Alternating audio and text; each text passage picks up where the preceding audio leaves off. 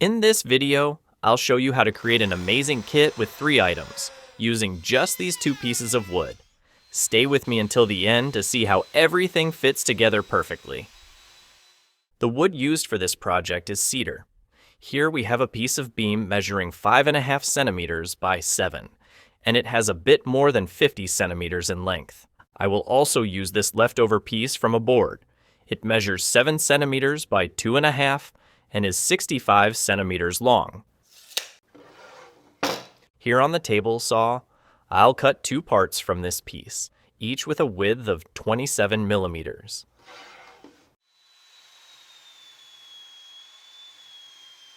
You know that liking the video is important to support the creation of new creative projects, so click now and keep getting new ideas.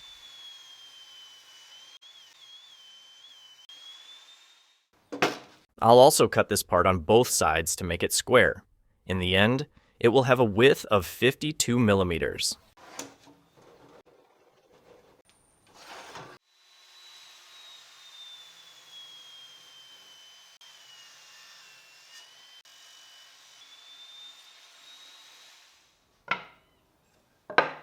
Using the planer, I'll make all the pieces square. I'll leave each side of these pieces with 25 millimeters and this one with 50 millimeters.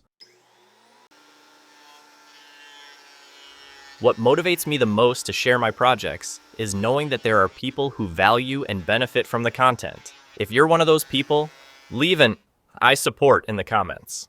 I read them all and reply to as many as I can, especially the ones that come in first.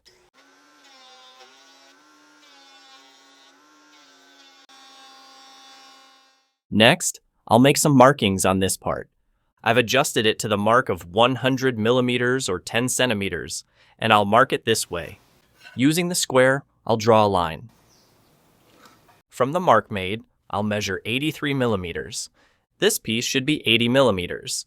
Since I'll cut it on the table saw, I'll add 3 millimeters, which is the blade width. I'll also draw a line here. Now I'll flip the piece.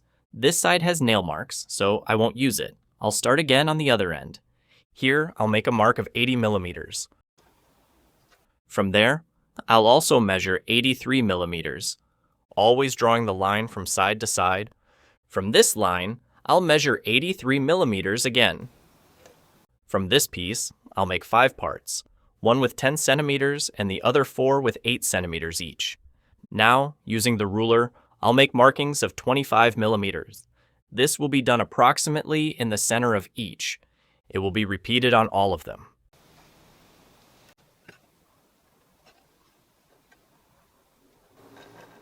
With the combination square positioned at 25 millimeters, which is half the width of the piece, I'll make the marking in the opposite direction on each one. Where the marks were made, I will drill using the manual drill with the 25 millimeter Forstner bit. I will set the depth to approximately 15 millimeters. I mark the bit with a piece of masking tape to know how deep I should drill. I'll try to make the holes at a 90-degree angle. Ideally, this task would be done using a bench drill. Since I don't have one, I'll improvise with this one.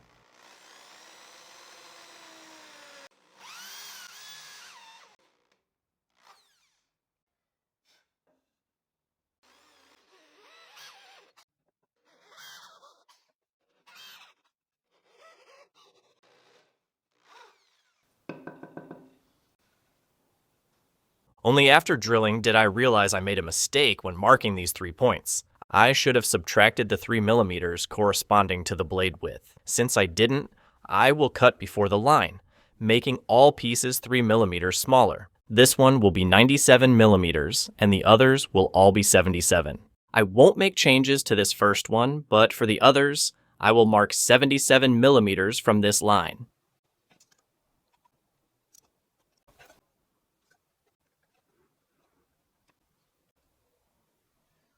Using the rotor with a 30 millimeter corner breaking bit, I will round all the edges of the 3 parts.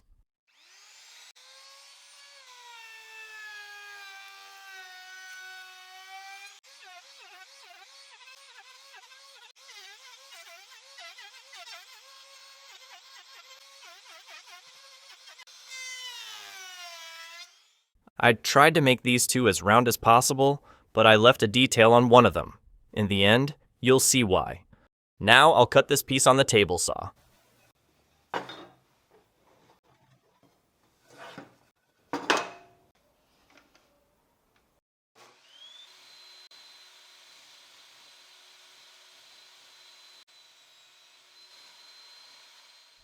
If you've been looking for that one tool or resource to finally bring your dream woodworking project to life, check out the paid links I've listed in the description.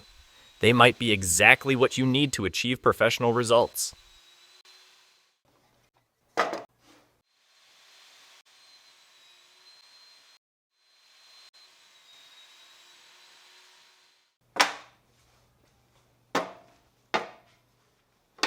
On this part, where I left that detail, I will cut it to 14 centimeters in length.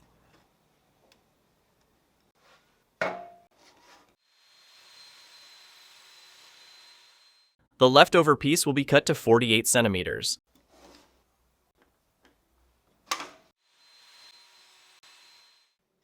The last one will be cut to 63.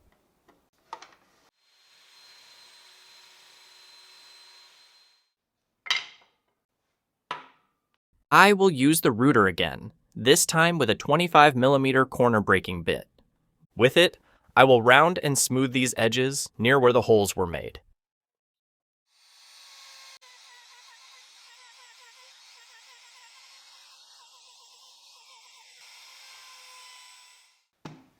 Next, I will sand everything using 150 grit sandpaper.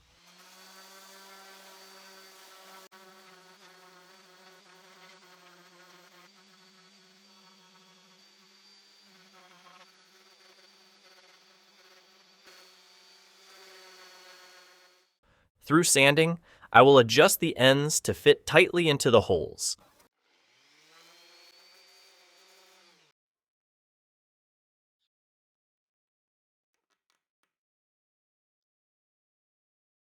The same process will be done with these two parts as well on both ends.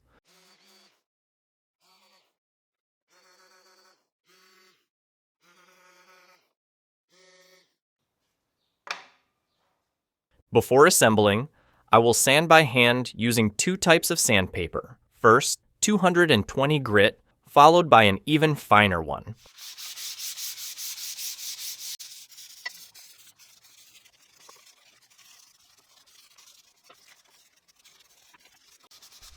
Not subscribed to the channel yet? Don't waste any time. Subscribe now and turn on notifications. That way you won't miss any woodworking projects I post here.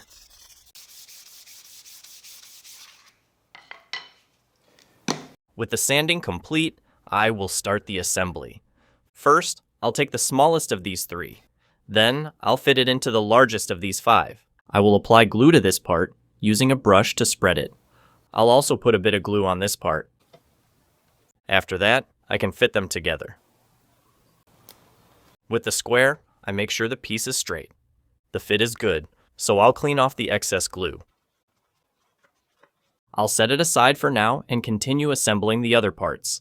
I'll apply a bit of glue to one of these parts. I'll use two pieces in this step. They will be attached to a larger piece. This piece will have glue on both ends. I'll start by fitting it like this. Then, I'll fit the other one, making sure to keep the same alignment. I'll place them on the workbench, applying pressure to ensure alignment, making sure both ends are perfectly supported. I'll set this aside for now and assemble the last three pieces. With the glue applied, I can now fit them together. Always making sure both ends are well supported. There we go, the fit is perfect. Now I'll clean off the excess glue. I'll leave it like this until the glue dries. Then I'll move on to the next step. After the glue is dried, I'll make the markings and drill holes to attach the items to the wall. I set the combination square to 25mm and will mark like this on both sides. I'll repeat this on the other pieces as well. On both sides. At these points, I'll drill using the same 25mm Forstner bit. I'll set the depth to a little over 3 centimeters.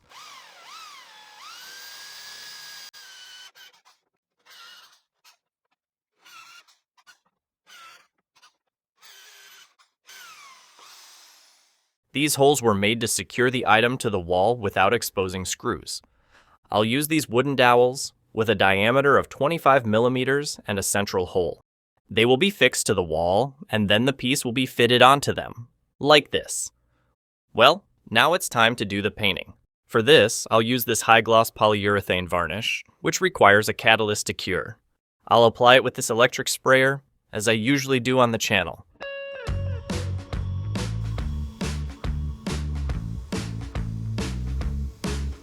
On this channel, your opinion matters. So, leave a comment rating this project from 1 to 5. I'm curious to know what you think about this idea. Well, folks, here is the finished project. It's a bathroom accessory kit with holders for face towels, bath towels, and toilet paper. If this idea surprised or inspired you, click the like button and subscribe if you haven't already. That way, you won't miss any creative ideas shared here. Take the opportunity to check out more amazing projects that will be shown on the final screen. Thank you for watching, and see you in the next video.